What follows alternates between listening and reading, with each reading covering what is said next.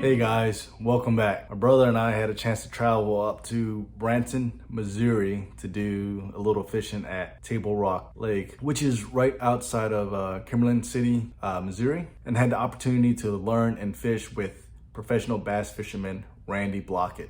And we had an awesome time out in the water despite the rain. We got wet, but we were able to still catch fish. I just wanted to share 3 key takeaways I got from the trip. One of the first things I noticed about Randy is that he doesn't fish any spot no longer than 15 minutes.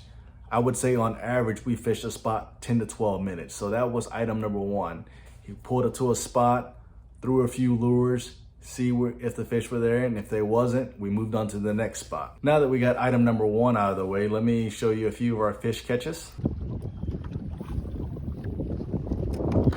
Head, third cast with it. Oh no. Little zoom trick worm, 6-inch, 1/8 ounce head, about 15 foot of water. Speaking of lures, that's the second thing I learned, is that, Randy wasn't tying on a bunch of different baits. He knew the season, he knew the conditions that we were fishing in, and he just had a few lures that were tied on.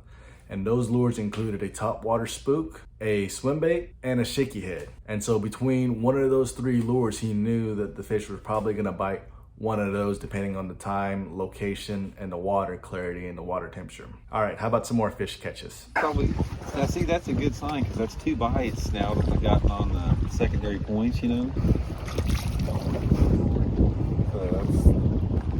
So we can probably keep running that pattern, Secondary point. Yeah. I guess you can boat flip it. Got me a spotted bass. Look at that thing, healthy. Yes. The third item that I learned from Randy is that establish a pattern and stick to that pattern. We fished a few flat banks, that didn't work. We fished a few main lake points, that didn't work. So we went to secondary points. Went to a secondary point, caught a fish. Went to another secondary point, caught a fish. Figured out what depth they were at, figured out what lure they were at, and then we just ran that pattern all day and was able to catch a bunch of fish. On the secret lure. Oh, that's a good one. Oh, on the shaky head. Yes. Woo. Oh, that's a nice smallmouth.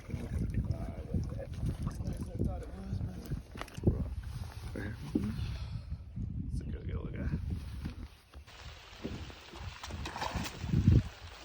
Smallmouth. All right, as you can see, we were having a lot of fun. Didn't really catch any big ones, but we still had a great time fishing with Randy and talking to him and hearing about some interesting stories from his past 30 plus years on professional bass fishing.